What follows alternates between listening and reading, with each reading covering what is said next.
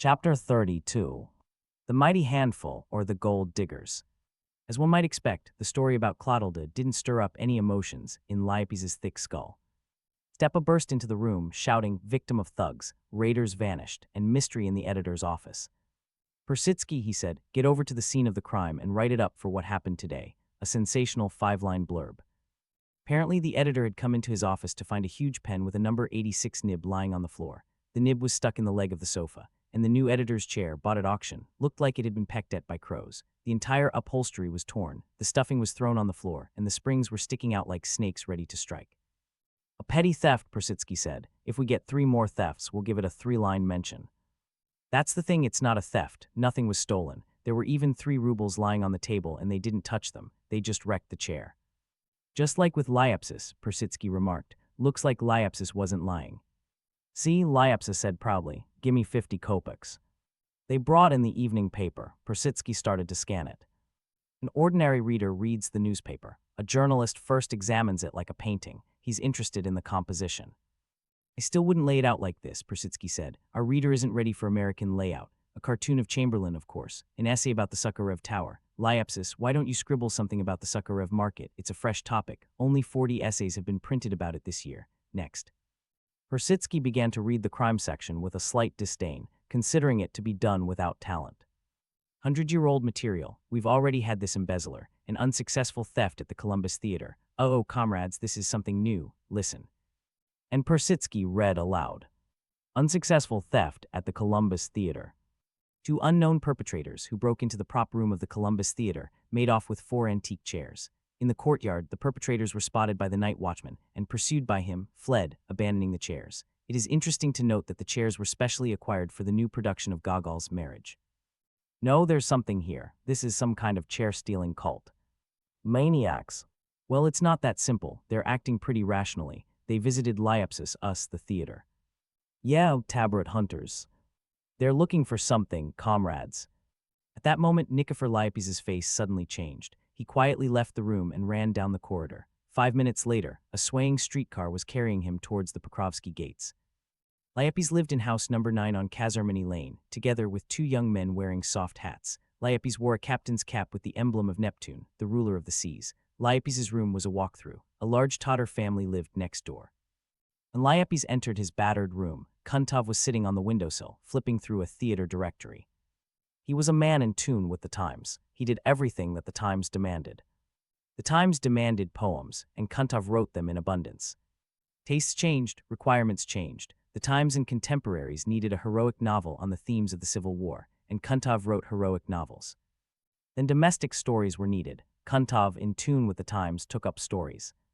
The times demanded a lot, but for some reason, Kuntov didn't get anything. Now the times demanded a play. Therefore, Kuntov was sitting on the windowsill, flipping through a theater directory. One might expect that a person who is going to write a play would begin to study the manners of the social stratum of people whom he is going to bring to the stage. One might expect that the author of the play to be written would begin to think about the plot, mentally outline the characters of the actors, and come up with stage quid pro quos.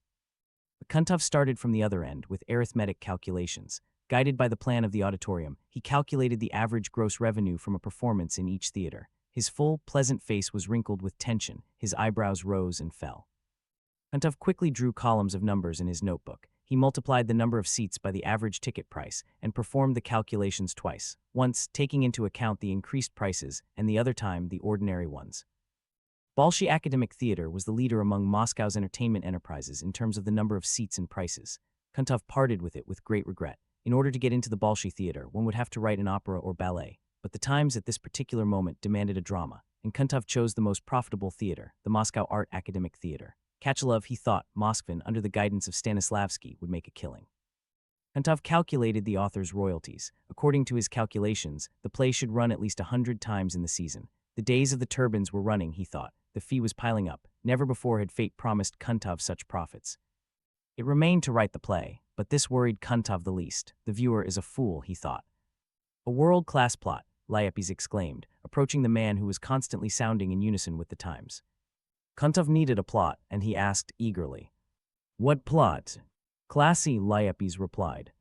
The epical man was already preparing to write down Lyapis's words, but the author of the multifaceted Gavrila, suspicious by nature, fell silent.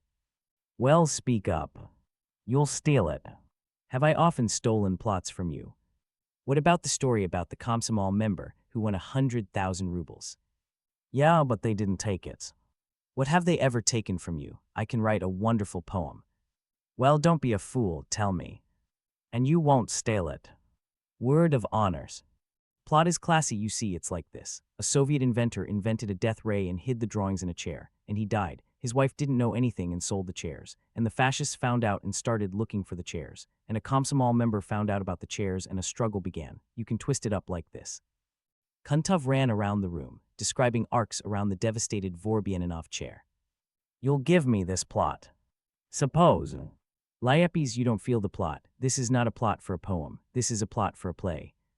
It doesn't matter, it's not your business. The plot is mine. In that case, I'll write the play before you manage to write the title of your poem. The dispute that broke out between the young men was interrupted by the arrival of Ibrahim. He was a man easy to get along with, mobile and cheerful. He was stout. Collars were choking him. Freckles sparkled on his face, neck, and hands. His hair was the color of beaten eggs. Thick smoke came from his mouth. Ibrahim smoked Figaro cigars, 2 pieces, 25 kopecks. He wore a canvas semblance of a business card, from the pockets of which musical scrolls protruded. A cloth Panama hat sat on his crown like a basket. Ibrahim was pouring with dirty sweat. What's the argument about? He asked in a piercing voice. Composer Ibrahim existed by the grace of his sister. She sent him new foxtrots from Warsaw. Ibrahim rewrote them on sheet music, changed the name Love in the Ocean to Ambrosia, or Flirt in the Subway to Singapore Nights, and supplying the notes with Kuntov's verses, floated them into the music sector. What's the argument about? He repeated. The rivals appealed to Ibrahim's impartiality. The story about the fascists was told for the second time. A poem needs to be written, Lyapis Trubetskoy insisted. A play, Kuntov shouted. But Ibrahim acted like a biblical juror. He instantly resolved the dispute. An opera, Ibrahim said, panting. This will make a real opera with ballet, choirs, and magnificent parts. Kuntov supported him. He immediately remembered the size of the Bolshoi Theater's collections. Resisting Lyapis was tempted by stories of future benefits. Kuntov slapped his palm on the directory and shouted out numbers that shattered all of Lyapis's ideas about wealth. Distribution of creative responsibilities began. Kuntov took on the script and prose processing. The verses went to Lyapis. Ibrahim was to write the music. They decided to write here and write now. Kuntov sat down on the crippled chair and legibly wrote at the top of the sheet, Act 1. Here's what, friends, Ibrahim said. While you're scratching away there, describe the main characters to me. I'll prepare some leitmotifs. This is absolutely necessary. The gold diggers began to develop the characters of the actors. The following characters were outlined, approximately. Ugolino, Grand Master of the Fascist Order Bass. Alfonsina, his daughter, coloratura soprano. Comrade Mitten, Soviet inventor, baritone. Sforza, Fascist Prince, tenor. Gavrila, Soviet Komsomol member, disguised mezzo-soprano. Nina, Komsomol member, daughter of a priest, lyric soprano. Fascists, moonshiners, chaplains, soldiers, majordomos, technicians, Sicilians, laboratory assistants, Mitten's shadow, pioneers, etc. D, said Ibrahim, who had discovered grateful prospects. For now I'll write a choir of chaplains and Sicilian dances, and you write the first act, more arias and duets. And what shall we call the opera? Lyapis asked. But then the sound of hooves on the rotten parquet floor, a quiet neighing, and an apartment squabble were heard in the hallway. The door to the gold digger's room opened, and Citizen Sharikov, a neighbor, led a thin, emaciated horse with a long tail and a graying muzzle into the room. Go, Sharikov shouted at the horse. Well, you. The horse got scared, turned around, and pushed Lyapis with its croup. Gold diggers were so amazed that they pressed themselves against the wall in fear. Sharikov pulled the horse into his room, from which many greenish totter children jumped out. The horse balked and kicked. A square of parquet flew out of the socket and, spinning, flew into the open window. Fatima, Sharikov shouted in a terrible voice, push from behind. Residents from all over the house rushed into the gold digger's room. Lyapis was screaming in a voice that wasn't his own. Ibrahim ironically whistled Ambrosia. Kuntov waved a list of characters. The horse anxiously squinted its eyes and didn't move. Go, Sharikov said weakly. Oh, D-damn. But then the gold diggers came to their senses and demanded explanations. The building manager came with the janitor. What are you doing? The building manager asked. Where has this been seen? How can you bring a horse into a residential apartment? Sharikov suddenly got angry. What's it to you? I bought a horse. Where should I put it? They'll steal it in the yard. Take the horse away immediately, the building manager shouted hysterically. If you need horse meat, buy it at the Muslim butcher's. It's expensive at the butcher's, Sharikov said. Go you, damned Fatima. The horse moved backwards and finally agreed to go where it was being led. I don't allow you to do this, the building manager said. You will answer in court. Nevertheless, the unfortunate Sharikov led the horse into his room and, continuously saying TPRRU, tied the animal to the window handle. A minute later, Fatima ran by with a large and light armful of hay. How are we going to live when there's a horse next door? We're writing an opera, it's inconvenient for us, Lyapis shouted. Don't worry, the building manager said, leaving work. The gold diggers, listening to the sound of hooves, sat down to work again. So what shall we call the opera? Lyapis asked. I suggest calling it The Iron Rose. And what does the rose have to do with it? Then we can do it differently. For example, The Sword of Yevgeny. Also not modern. What should we call it?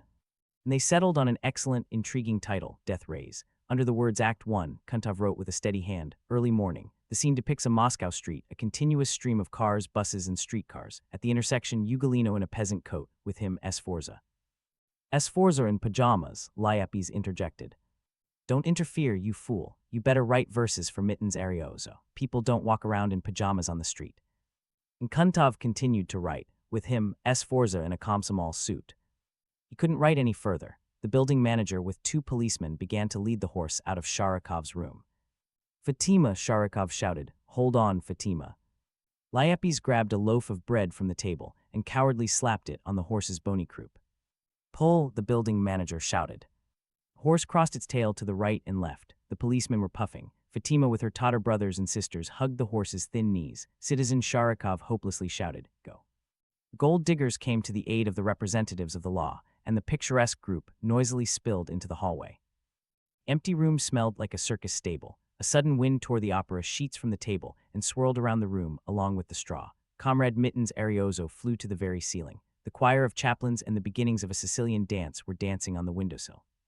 Cries and disdainful neighing were heard from the stairs. The gold diggers, policemen, and representatives of the house administration were straining their last forces. Having overcome the stubborn animal, the co-authors collected the scattered sheets and continued to write without corrections.